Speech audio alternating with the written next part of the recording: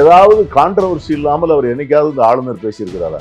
எனக்கு ஃபேக்சுவல் எரருக்கு உடன்படிக்கையில நான் சொல்ல மாட்டேன், வர வேண்டாம் இருந்துக்கோ. இப்ப தெலுங்கானாவில் உரை இல்லாம என்ன குடிமொழி போச்சா என்ன? இந்த முன்பே தெரிவிக்கப்பட்டதா சொல்றாங்க ஆளுநர் மாளிகை. இப்ப எதுக்கு வர்றாருங்கிறேன். Visit India's first underwater tunnel aquarium at VGP Marine Kingdom, Chennai. குறைந்த விலை, நிறைந்த தரம், தங்கள் தேவைகள் அனைத்தும் ஒரே இடத்தில். ஜெயச்சந்திரன். மாநில சுயாட்சி கலைஞர் பேசும்போது அவரை பிரிவினைவாதி என்று நானே விமர்சிச்சிருக்கிறேன். ஆனா இன்னைக்கு மாநில உரிமைகளை பற்றி காங்கிரஸ் கட்சி உணர்ந்து அந்த கருத்தை நான் ஆதரிக்கிறேன்னு சொன்னீங்க. இன்று பிரதமர் நரேந்திர மோடி காங்கிரஸ் கட்சி சொல்றாரு பிரிவினைவாதம் பேசுறாங்க, குறிப்பா கர்நாடக எம்பி. அந்த வார்த்தை நான் ஏற்றுக்கொள்ளல. உணர்வுகள் அப்படிப்பட்ட உணர்வுகள் இருக்கு. பிரதமர் எப்படி பேசினார் முதலமைச்சராக இருக்கிற போது? இப்போ நம்ம பேசுறோம் இல்லையா, தென் மாநிலங்கள் புறக்கணிக்கப்படுகின்றன. இதையே அவர்கள் ஒரு தேர்தல் பிரச்சாரமாக வைத்துக் கொண்டு, நாங்கள் இருந்தால்தான் உங்களுக்கு அதிகமான நிதி தொகுப்பு கொடுக்க முடியும், தென் மாநிலங்களுக்கு கொடுக்கின்ற நிதியை விட உங்களுக்கு அதிகமாக குறிக்க முடியும். இந்தி பெல்ட்னு பிரிச்சாதான் அவங்களுக்கு 300 சீட் வந்துரும்ல. மாநில உரிமைகள் பறிப்பை எல்லாம் தொடங்கி வைத்தது காங்கிரஸ் கட்சி தான் விமர்சனம். அப்படி சொல்லலாமே, அப்படி சொல்லலாம். ஆனால் இதை போன்ற ஒரு நிலைமை அன்னைக்கு இருந்ததா என்று நடுநிலையாளர்களுக்கு பார்த்தாது. மிக பிரம்மாண்டமாக கட்டமைக்கப்பட்ட இந்தியா கூட்டணி இன்னைக்கு சிதைந்திருக்கு. அது எப்படி பாக்குறீங்க? சிதைந்திருக்குன்னு சொல்ல மாட்டேன். நிதிஷ்குமார் அந்த பக்கம் போயிட்டாரு. இல்ல நிதிஷ்குமாருடைய உண்மையான நிறம் தெரிகிறது அல்லவா? இல்ல மம்தா பானர்ஜி, அகிலேஷ் யாதவ், அகிலேஷ் யாதவ் எல்லாம் நல்ல கூட்டணியில இருக்கிறாங்க. Anti Modi, anti BJP, anti பாசிசம், இது மூன்றுலையும் இந்த இரண்டு கட்சிகளுக்கு இடையில அபிப்பிராய பேதங்களே இல்லை. ஆனா தமிழ்நாட்டுல அண்ணாமலை பாத யாத்திரை நடத்துறாரு. நேற்று கூட நட்டா வந்திருந்தாரு. பாஜக எதிர்ப்பை தமிழ்நாடு காங்கிரஸ் கமிட்டி ஏன் வலிமையா பேசுறது இல்ல?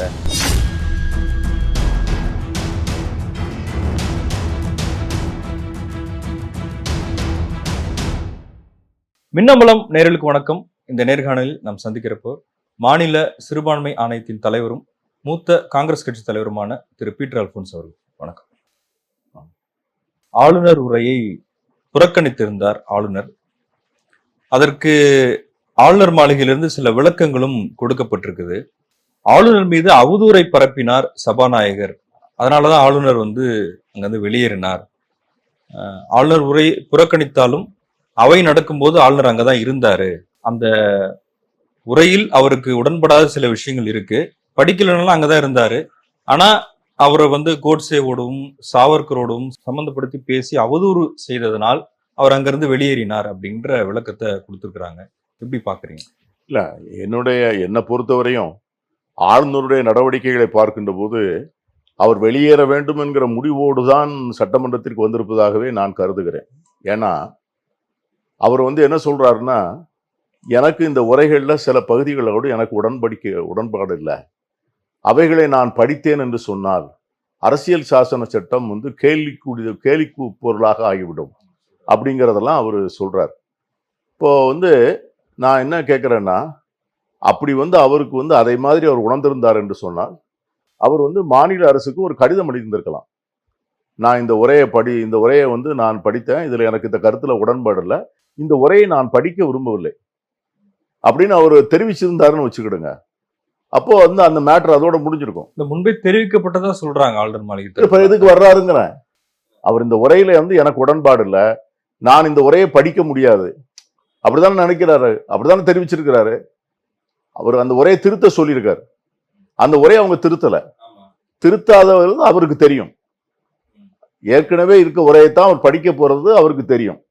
அப்போ எனக்கு இந்த உரையில உடன்படிக்கை இல்லை, இந்த உடன்பாடு இல்லை, இந்த உரையை நான் படித்தேன் என்று சொன்னால் அரசியல் சாசன சட்டத்தினுடைய கேலி பொருளாக்கி விடும் குற்றத்தை நான் செய்த எனக்கு அந்த பாவம் என்ன சேரும். அதனால நான் இந்த உரையை படிக்க விரும்பல அப்படின்னு சொல்லிட்டு வராம. சட்டமன்றத்துக்கு ஒரு மாண்பு இருக்கு, மரியாதை இருக்கு, அதனால வர்றாரு, சட்டமன்ற உறுப்பினர்களுக்கு வணக்கம் சொல்றாரு, திருக்குறள் சொல்றாரு, ஆனா உரையை படிக்க மாட்டேங்கிறாரு. அதனால என்ன அவருடைய ரோல் என்ன? வணக்கம் சொல்றதா, திருக்குறள் சொல்றதா அவருக்கு கொடுக்கிற ரோல்? அவருக்கு கொடுக்கப்பட்டிருக்கிற ரோல் ஆளுநருக்கு அரசு தயாரிக்கப்பட்ட உரையை படிப்பதுதான் ஆளுநருடைய கடமை. இல்ல அரசின் புகழ் பாட முடியாதுன்னு சொல்றாரு. அதாவது இது வந்து அவரை யாரும் புகழும் பாட சொல்லல, இகழும் பாட சொல்லல. ஆளுநர் உரை என்பது ஆளுநர் தயாரிக்கிற உரை அல்ல, அல்லது ஆளுநருடைய கொள்கைகளை பேசுகிற உரை அல்ல. ஆளுநர் உரை என்பது முழுக்க முழுக்க அந்த மாநில அரசு தயாரிக்கிற உரையைத்தான் அவர் பேச வேண்டும். அந்த உரையினுடைய விளக்கத்தில் என்ன சொல்லப்பட்டிருக்கிறது? ஒவ்வொரு ஆண்டும் அந்த ஆண்டின் துவக்கத்துல முதல் கூட்டத்தில் ஆளுநர் வந்து உரையாற்றி அந்த அரசினுடைய திட்டங்களை விளக்கி என்ன செய்ய போகிறோம் என்பதெல்லாம் எடுத்து சொல்லக்கூடிய உரை ஆளுநர் உரை. இப்படிதான் சொல்லும். அரசினுடைய திட்டங்கள் இவருக்கு என்ன தெரியும்? அரசினுடைய திட்டங்களை எடுத்து சொல்ல வேண்டியது அரசினுடைய கடமை. ஆகவே உச்சநீதிமன்றம் வந்து இதை ரொம்ப தெளிவா சொல்லியிருக்கு. நான் என்ன கேட்கிறேன், நம்முடைய ஜனாதிபதி மருமு வந்து உரையாற்றிட்டு போறாங்க. முர்மு அவங்க யாருடைய உரையாற்றிட்டு போறாங்க?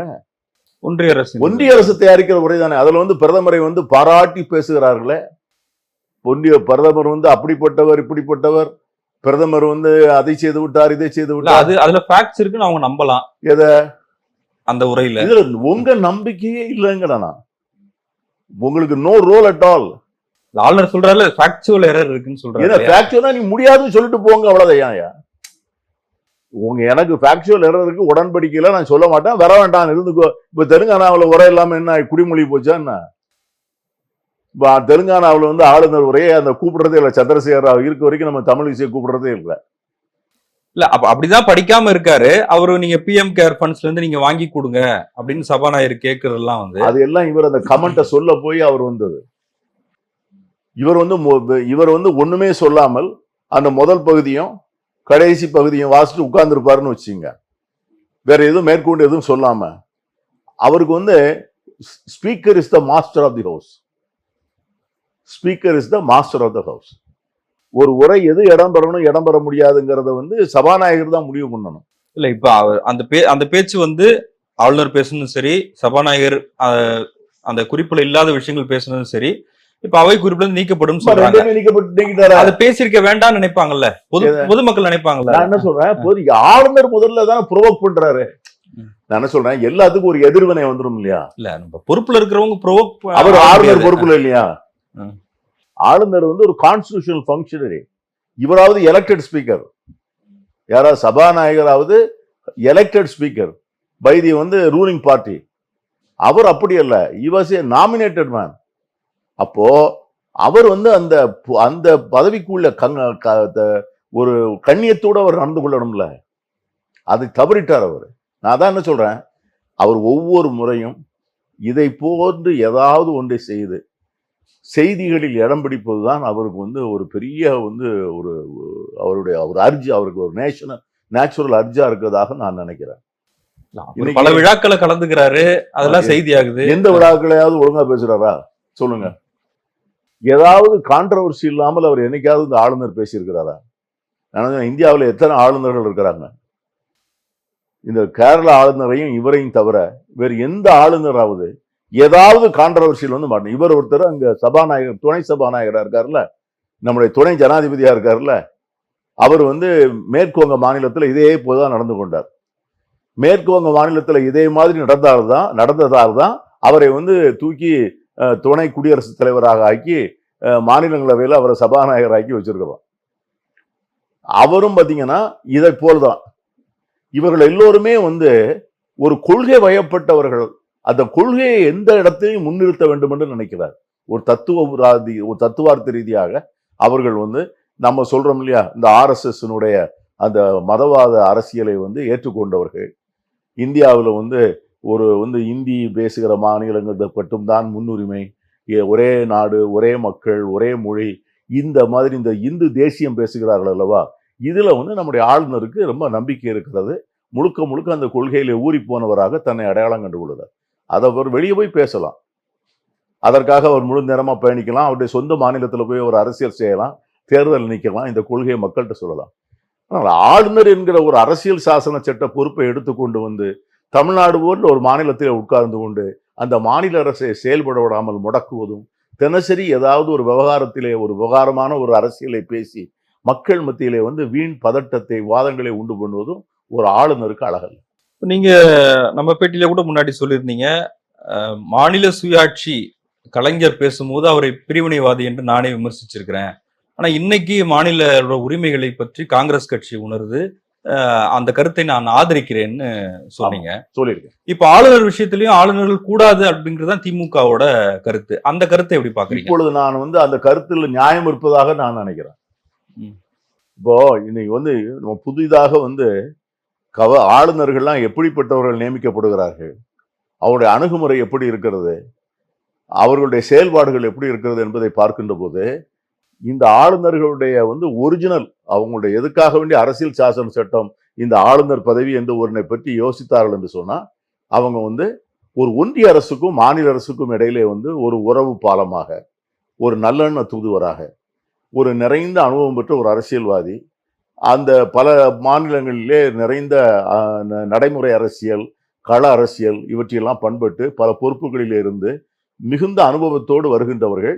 அந்த அனுபவங்களை தாங்கள் ஆளுநராக போகின்ற மாநிலங்களிலே அங்கே இருக்கிற முதலமைச்சரோடு பகிர்ந்து கொள்வதும், அந்த மாநிலத்துக்கு இருக்கிற தனிப்பட்ட பிரச்சனைகளை பற்றிய விசேஷமான கவனத்தை ஒன்றிய அரசிடமிருந்து கோருவதும், அந்த இடையிலே அவர்களுக்கு வேண்டிய உதவிகளை செய்வதும், ஒரு சிக்கலான நேரம் வருகின்ற போது முதலமைச்சருக்கு ஆலோசனை சொல்வதும், இதுதான் ஆளுநருடைய ஆனா ஒன்றிய அரசின் சார்பாக உளவு பார்க்கிறாங்க ஆளுநர்கள். இப்போ ஆளுநர்கள் இப்போ கொஞ்சம் கொஞ்சமாக ஆளுநர்கள் எதற்காக நியமிக்கப்படுகிறார்கள் என்ற, குறிப்பாக பாஜக ஆளாத மாநிலங்களில் ஆளுநர்கள் எதற்காக அவர் அமர்த்தப்படுகிறார்கள் என்று சொன்னால் அந்தந்த மாநில அரசுகளை செயல்பட விடாமல் தடுப்பதற்காக.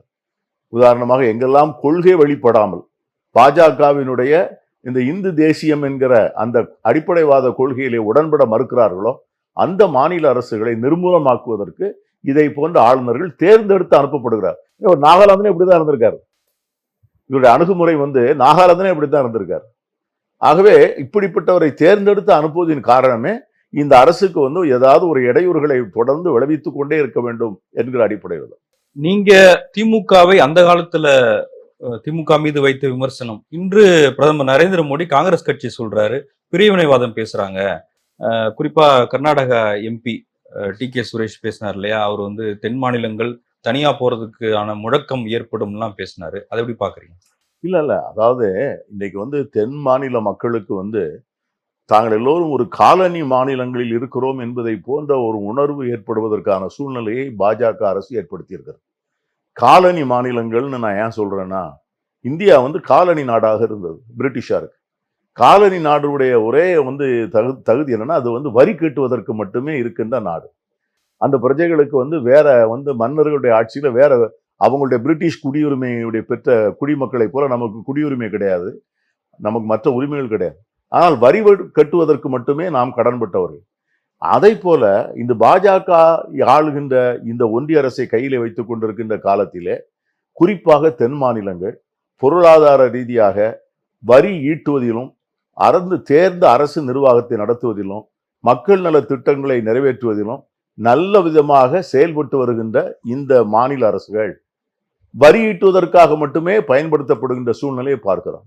இந்த அரசுகளை சார்ந்தவர்களுக்கு அங்க எந்த விதமான ஒன்றிய அரசினுடைய நிர்வாகத்தில் அவர்களுடைய திட்டங்களை தீட்டுவதிலோ, பல புதிய சட்டங்களை அவர்கள் நிறைவேற்றுவதிலோ இந்த மாநில அரசுகளுக்கு எந்த பொறுப்பும் கிடையாது. அதிலும் இந்த ஜிஎஸ்டி வந்த பிறகு இவர்களுக்கு இருந்த ஒரு பெரிய ஒரு அரசுக்கு இருக்கிற அடிப்படை இலக்குவனம் வரி போடுவதுதான், டாக்ஸ் போடுவதுதான் ஒரு அரசாங்கத்தினுடைய முதல் ஒரு அதிகாரம். வரி போடாத அரசாங்கம் இருந்து பிரயோஜனமே இல்லை.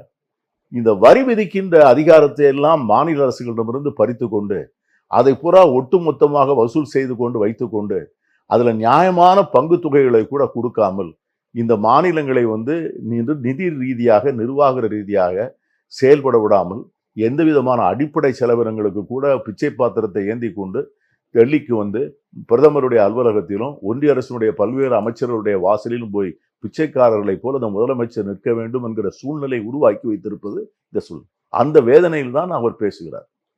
இந்த பேசுகின்ற அந்த வார்த்தை வருகின்ற போது அந்த வார்த்தை நான் ஏற்றுக்கொள்ளல. அந்த வார்த்தை ஒரு வார்த்தை கொல்லும், ஒரு வார்த்தை மெல்லும், ஒரு வார்த்தை கொல்லுங்கிற மாதிரி அந்த வார்த்தையை அவர் தவிர்த்திருக்கலாம். ஆனால் உணர்வுகள் அப்படிப்பட்ட உணர்வுகள் இருக்கு. இன்னைக்கு கர்நாடகாவிலே பேசுகிற மற்ற அமைச்சர்கள் கூட அதுல என்ன தவறுங்கிற மாதிரி பேசுற மாதிரி வந்தாச்சு. இல்ல பிரதமரே அதானே எடுத்துக்காட்டா சொல்றாரு. எனது பிரதமர் வந்து எப்படி பேசினார் முதலமைச்சராக இருக்கிற போது? அது இப்போ சமூகத்துல ஊடகத்துல வருத, நான் 60,000 கோடி கொடுக்குறேன், நான் என்ன குஜராத் என்ன பிச்சைக்கார மாநிலமா, உன்னிடம் வந்து கையேந்த வேண்டுமா, அப்படித்தானே முதலமைச்சராக இருக்கிற போது பேசியிருக்கிறார். அப்படி பேசிய பிரதமர் தானே, அப்படி பேசிய முதலமைச்சர் தானே இன்னைக்கு பிரதமரான உடனே அன்றிருந்த நிலைமையை விட 3 மடங்கு மோசமான நிலையை உருவாக்கி இருக்கிறார். அன்றைக்கு இருந்த நிலைமையை விட 3 மடங்கு மோசமான நிலையை உருவாக்கி இருக்கிறார். இல்ல தென் மாநிலங்களை பொறுத்த வரைக்கும் பாஜக இங்க காலூன்ற முடியல, அதனால வஞ்சிக்கிறாங்கன்னு ஒரு பார்வையை சொல்றாங்க. இல்ல, அதாவது இது வந்து பாத்தீங்கன்னா, நான் வந்து ஒரு வார்த்தையை பயன்படுத்திட்டு இருக்கிறேன், ஜியாகிரபிக்கல் போலரைசேஷன் சொல்றேன். பூகோள ரீதியாக மக்களை வந்து ஒரு அணி திரட்டுவது எப்படின்னு கேட்டீங்கன்னா, இப்போ நம்ம பேசுறோம் இல்லையா, தென் மாநிலங்கள் புறக்கணிக்கப்படுகின்றன, தென் மாநிலங்களிலிருந்து வரி வசூல் செய்து நீங்க உத்தரப்பிரதேசத்துல ஒண்ணு போடுறீங்க, பீகார்ல ஒண்ணு போடுறீங்க, மத்திய பிரதேசத்துல ஒண்ணு போடுறீங்க, நம்ம சொல்றோம் இல்லையா. இதையே அவர்கள் வந்து ஒரு தேர்தல் பிரச்சாரமாக வைத்துக் கொண்டு, நாங்கள் இருந்தால்தான் வட மாநிலங்களுக்கு சார்பான ஒரு ஆட்சி தர முடியும், நாங்கள் இருந்தால்தான் வந்து உங்களுக்கு வந்து அதிகமான நிதி தொகுப்பு கொடுக்க முடியும், தென் மாநிலங்களுக்கு கொடுக்கின்ற நிதியை விட உங்களுக்கு அதிகமாக குறிக்க முடியும். இந்தி பெல்ட்னு அவங்க இந்தி பெல்ட்னு பிரிச்சாதான், இந்தி பெல்ட்னு பிரிச்சாதான் அவங்களுக்கு வந்து 300 சீட் வந்துரும்ல. இன்னைக்கு வந்து இந்த நாட்டினுடைய பூகோளம் எப்படி இருக்கு, நாம் தென் மாநிலங்கள் எல்லாரும் சேர்ந்து ஓட்டு போட்டாலே 125 தொகுதி தான். ஆமா. ஆனால் அந்த 5 மாநிலங்கள் வந்து 6 மாநிலங்கள் அவருக்கு வந்து 270 சீட்டை வந்து தாண்டிடும். அப்ப என்ன நினைக்கிறாங்கன்னா, அந்த மாநிலங்களுக்கு மட்டுமே தான் திட்டம் தீட்ட வேண்டும், அந்த மாநிலங்களுக்கு மட்டும்தான் நிதி ஒதுக்கீடு செய்ய வேண்டும், அந்த மாநிலத்தை மட்டும்தான் வளர்த்தெடுக்க வேண்டும். அப்ப அந்த மாநில கட்சிகள், அந்த மாநிலத்தில் இருக்கிற மற்ற கட்சிகளை, மற்ற மாநில கட்சி தலைவர்களை ஒருங்கிணைப்பதற்கு காங்கிரஸ் ஏன் வந்து இவ்வளவு திணறாங்க? இல்ல அது என்னன்னு கேட்டீங்கன்னா, இது வந்து நாம் வந்து ஒரு சாதாரண சராசரி எதிரியிட ஒரு ஜனநாயக முறையில உள்ள வந்து எதிரியோட நாம் சண்டை போடல.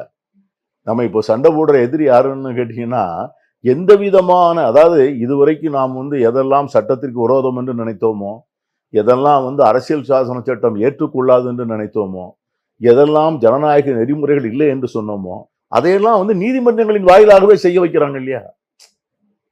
அது வந்து ஒரு பெரிய வந்து உங்களுக்கு வந்து ஒரு ஆபத்தான, அந்த மாநில உரிமைகள் பறிப்பை எல்லாம் தொடங்கி வைத்தது காங்கிரஸ் கட்சி தான் விமர்சனம். அப்படி சொல்லலாமே, அப்படி சொல்லலாம். ஆனால் வந்து இதை போன்ற ஒரு நிலைமை அன்னைக்கு இருந்ததா என்று நடுநிலையாளர்களுக்கு பார்த்தாது. இந்திரா காந்தி கூட அவசர நிலை பிரகடனத்தை சொல்லி அந்த காலத்திலே நடந்த அந்த சம்பவங்களை தெரிந்த பிறகு அதற்கு மனப்பூர்வமாக மன்னிப்பு கேட்டார், பகிரங்கமாக மன்னிப்பு கேட்டார். மீண்டும் எனக்கு இப்படி ஒரு ஆட்சி செய்யக்கூடிய வாய்ப்பு வந்தால் நான் அதை போன்ற தவறுகளை நான் செய்ய மாட்டேன் என்று மக்கள் மத்தியில் உத்தரவாதம் கொடுத்தார். தவறுவது இயற்கை, எல்லா பெரிய தலைவர்கள் இருக்காங்க, எல்லா டெசிஷனும் கரெக்ட் டெசிஷனா இருந்துறதில்லை. ஆனால் சித்தாந்த ரீதியாக, கொள்கை ரீதியாக இப்படிப்பட்ட நடைமுறைகளைத்தான் பின்பற்றி அதிகாரத்தை கைப்பற்றி கொள்ள வேண்டும்.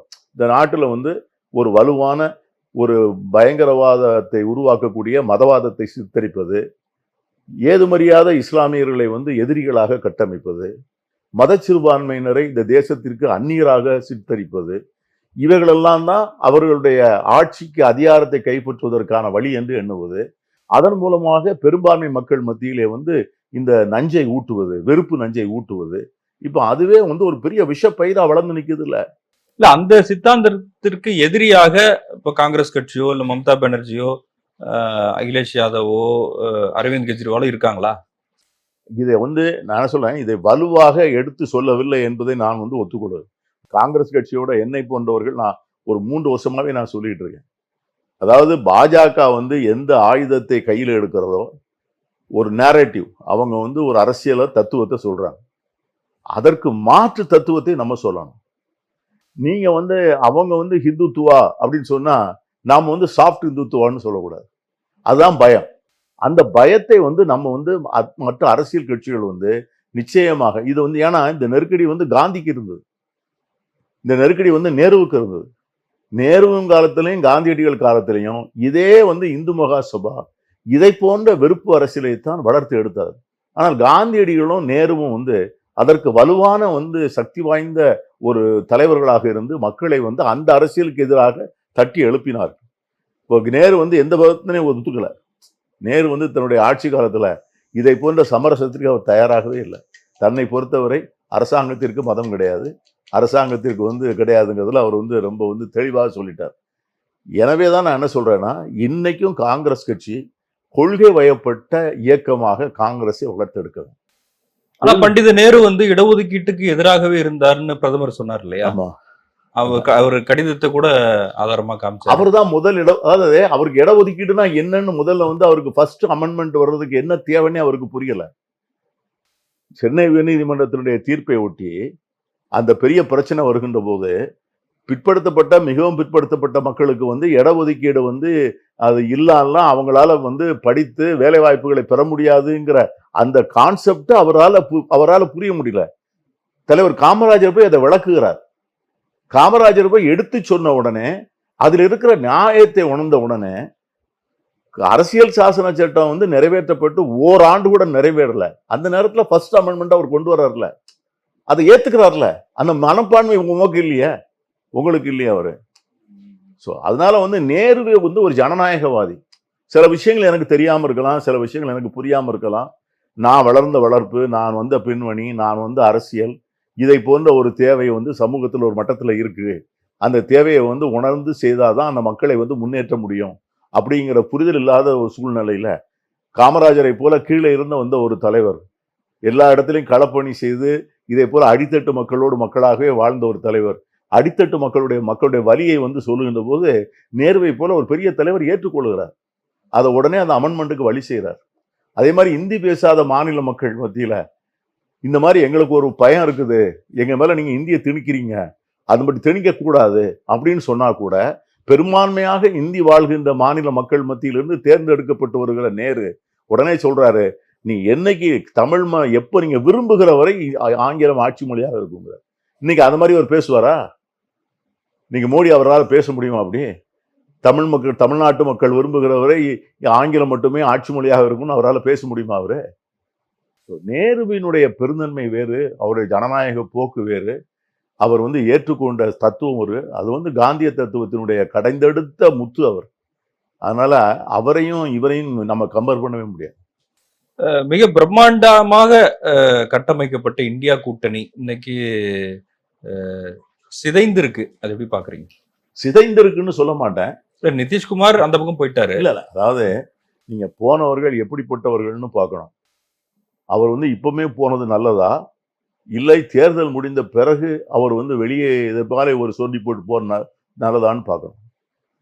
அவர் வந்து ஒரு ஆதாயத்தோடு, ஒரு ஆதாய அரசியலுக்காக வேண்டி வந்தவர். தன்னை வந்து கன்வீனராக போட்டுருவாங்க, தனக்கு வந்து பிரதமராக ஒரு வாய்ப்பு வரும், அதுக்காக மாநில அரசியலிருந்து நம்ம தேசிய அரசியலுக்கு போயிடலாம் அப்படிங்கிற ஒரு எண்ணத்தோடு அவர் வந்தவர்.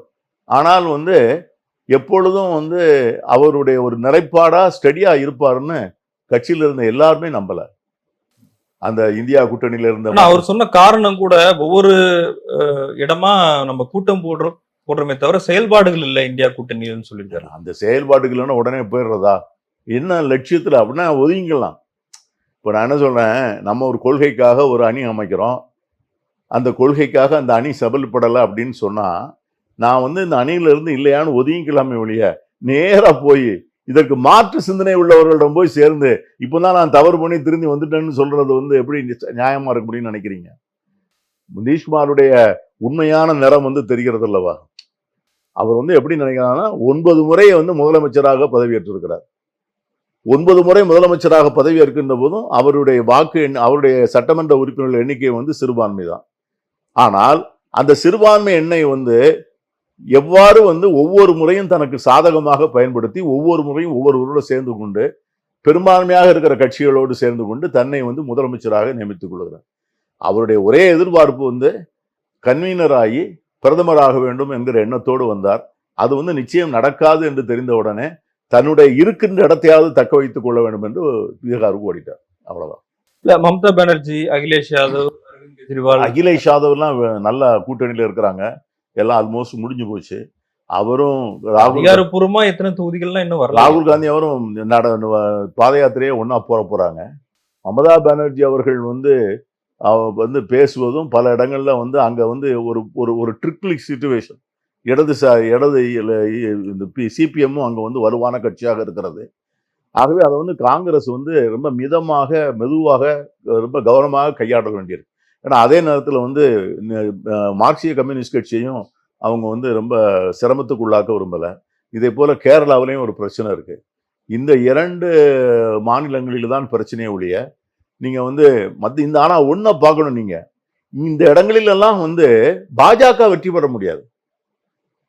நீங்க வந்து வெஸ்ட் பெங்கால்லையோ அல்லது கேரளாவிலேயோ நீங்க வந்து மேற்கு வங்கத்திலேயோ பாஜக வந்து பெரும்பான்மையா பெற்றுவிட முடியாது. யார் வெற்றி பெற்றாலும் இந்த கூட்டணிக்கு ஆதரவாகத்தான், மோடிக்கு எதிரான நிலைப்பாட்டை எடுக்கக்கூடியவர்கள் தான் இதுல வெற்றி பெற முடியும். அதுதான் மமதா பானர்ஜி சொல்றாங்க. நான் இன்னும் இந்தியா அலையன்ஸ் தான் இருக்கேன், நான் டெல்லியை பொறுத்த வரைக்கும் இந்தியா அலையன்ஸ்லாம் இருக்கேன். ஆனா இந்த மாநிலத்தில் வந்து அது வந்து அந்த நம்பர்ல வந்து சில பிரச்சனைகள் இருக்கு. அது வந்து முதல்ல எதிர்பார்த்தது தான்.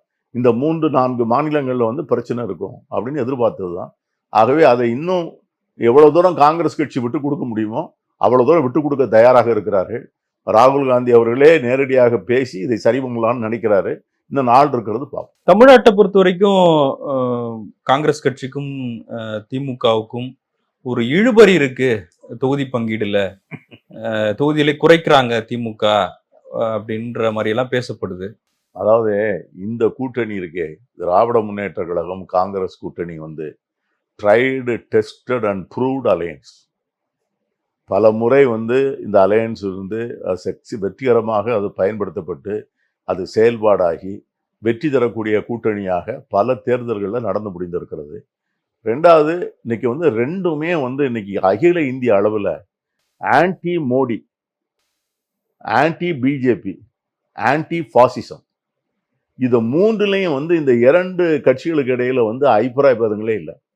கொள்கை நிலைப்பாடுல முழுக்க ஒன்றுபடுகிற. ஸோ இதே மாதிரி வந்து ஒரு கொள்கையோடு நெருக்கமாக இருக்கிற கூட்டணி வந்து அமைவது வந்து மிகவும் கடினம். ரெண்டாவது, காங்கிரஸ் கட்சியில் இருக்கின்றவர்களுக்கு இந்த திமுக வந்து அந்த மாநில கட்சி எவ்வளவு தங்களுக்கு அவசியம் என்பதை காங்கிரஸ் கட்சியில் இருக்கின்றவர்கள் உணர்ந்திருக்கிறார். காங்கிரஸ் கட்சியில் இருக்கிற தலைமையில் இருக்கின்றவர்களும் காங்கிரஸ் கட்சியை களப்பணி ஆற்றுகின்றவர்களும் திராவிட முன்னேற்ற கழக கூட்டணி வந்து முன்னேற்ற கழகம் காங்கிரஸோடு இருக்க வேண்டும் என்பதை மனப்பூர்வமாக விரும்புகின்றவர்கள் இந்த கூட்டணியை மிகவும் மதிக்கக்கூடியவர். ராகுல் காந்திக்கும் தளபதி ஸ்டாலின் அவர்களுக்கும் இடையில இருக்கின்ற அந்த உறவும் நட்பும் வந்து மியூச்சுவலி ரெஸ்பெக்டட். 2 பேருக்கும் இடையில மிகப்பெரிய ஆழமான ஒரு நட்பு, தோழமை, 2 பேருக்குள்ள ஐடியாலஜிக்கல் ஒரு பாண்ட். இது வந்து இந்த கூட்டணியை வந்து மேலும் வலுவாக்குகிறது. ஆகவே இந்த கூட்டணி வந்து இதில் எழுபறியும் கிடையாது, எழுப்பும் கிடையாது, பறிப்பும் கிடையாது. இது வந்து நிச்சயமாக வெற்றிகரமான கூட்டணி. நம்முடைய முதலமைச்சரை பொறுத்தவரை அவர் எல்லா இடத்துக்கும் என்ன சொல்றாரு, தமிழ்நாட்டை பார்த்து நீங்க படிங்கிறார். நாங்க எப்படி கூட்டணி வச்சிருக்கிறோம், எங்க கூட்டணியில் எவ்வளவு விட்டு கொடுத்து போறோம், எதை போல எல்லாரையும் மகிழ்ச்சியா வச்சிருக்கிறோம், எல்லாருக்கும் அவங்கவுங்க தகுதிக்கேற்ப இடங்களை கொடுத்து அதை வந்து திராவிட முன்னேற்ற கழகம் தலைமையாக இருந்து எல்லாரையும் ஒன்றுபடுத்துகிற முயற்சிகளை வெற்றிகரமாக நாங்கள் நடத்தியிருக்கோம். இதை மாதிரி நீங்க அதை உணர்ந்து கொள்ளுங்கன்னு சொல்லக்கூடிய அளவுக்கு ஒரு முன்னுதாரணமாக இருக்கக்கூடிய கூட்டணி. ஆகவே எல்லா கட்சிகளுக்கும் அதனுடைய தகுதிகள், அதனுடைய தேவைகள் அறிந்து அந்த இடம் கிடைக்கும். நிச்சயமாக அதில் இழுபறி என்பதே கிடையாது. இப்போ நீங்க சொன்னீங்க ஆன்டி மோடி அப்படின்றத கரெக்டா அந்த கூட்டணி ஃப்ரேம் பண்ணிருக்கு அப்படின்னு சொல்லி. ஆனா தமிழ்நாட்டுல அண்ணாமலை பாத யாத்திரை நடத்துறாரு. நேற்று கூட நட்டா வந்திருந்தாரு, பெரிய பொதுக்கூட்டம் நடத்தினாங்க. பாஜக தமிழ்நாட்டுல காலூன்றதற்கான எல்லா வழிகளையும் செய்துட்டு வரோம் அப்படின்ற மாதிரி பேசியிருந்தாரு. பாஜக எதிர்ப்பை தமிழ்நாடு காங்கிரஸ் கமிட்டி ஏன் வலிமையா பேசுறது இல்ல? பேசிக்கொண்டுதான் இருக்காரு. தமிழ்நாடு காங்கிரஸ் அழகிரி அவர்கள் தொடர்ந்து பாஜகவை வந்து விமர்சனம் செய்து கொண்டுதான் இருக்கிறாங்க. இப்போ ரெண்டாவது நீங்க பாத்தீங்கன்னா, ஊடகங்கள் வந்து தருகிற இடம் தான் வந்து தலைவர்கள் பேசுகிற பேச்சை வந்து வெளிச்சம் போட்டு காண்பிக்கிறது. இப்ப ஊடகங்கள் வந்து இன்னைக்கு வந்து எப்படி கேட்டீங்கன்னா, நீங்க அண்ணாமலைக்கு கொடுக்கிற அந்த ஊடக வெளிச்சம் இருக்கிறது அல்லவா, அது வந்து அந்த கட்சியினுடைய மக்கள் செல்வாக்குக்கு வந்து ப்ரொபோர்ஷனேட்டா இருக்கான்னு நீங்க பார்க்கணும்.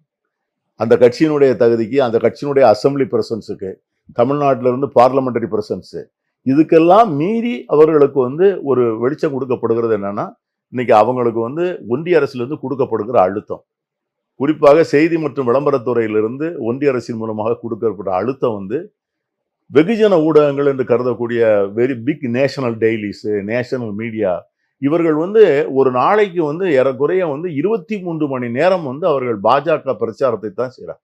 இல்ல பாஜக ஏதோ ஒண்ணு செஞ்சுக்கிட்டு இருக்காங்களா, அதை பத்தின செய்தியா வெளியே வருது. இல்ல, நான் என்ன சொல்றேன், நீங்க ஒரு பெருமூச்சா விட்டாலும் அதை புயலா காமிக்கலாம், ஒரு புயல் அடித்தாலும் அதை ஒன்றும் காண்பிக்காமலும் இருக்க முடியும்.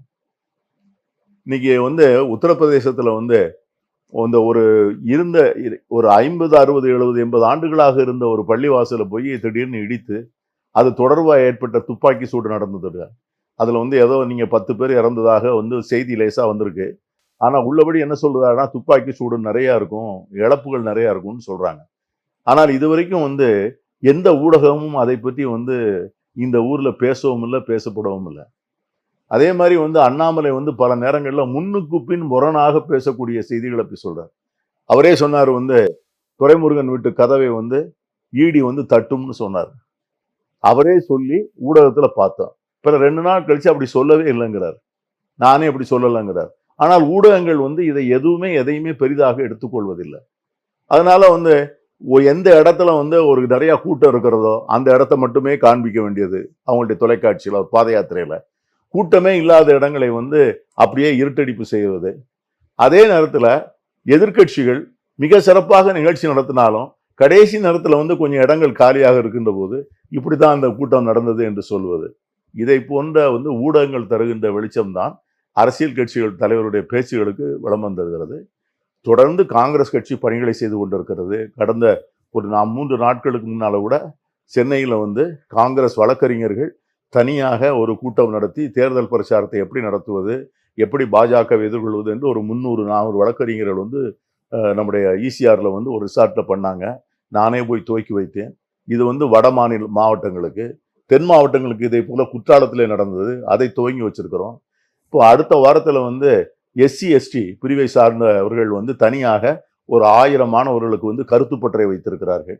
எல்லா வேலைகளும் முறையாக நடந்து கொண்டிருக்கிறது. அதுல ஒன்றும் குறைபாடு இல்லை. நீங்க ஊடகங்களில் அந்த விளம்பர வெளிச்சங்கள் கிடைப்பதில்லை என்பதுதான் ஒரு பெரிய குறை. நன்றி சார், உங்களுடைய நேரத்துக்கு. தேங்க்யூ, நன்றி. Visit India's first underwater tunnel aquarium at VGP Marine Kingdom, Chennai. குறைந்த விலை, நிறைந்த தரம், தங்கள் தேவைகள் அனைத்தும் ஒரே இடத்தில். ஜெயச்சந்திரன். மின்னம்பலம்.com, தமிழின் முதல் மொபைல் பத்திரிகை.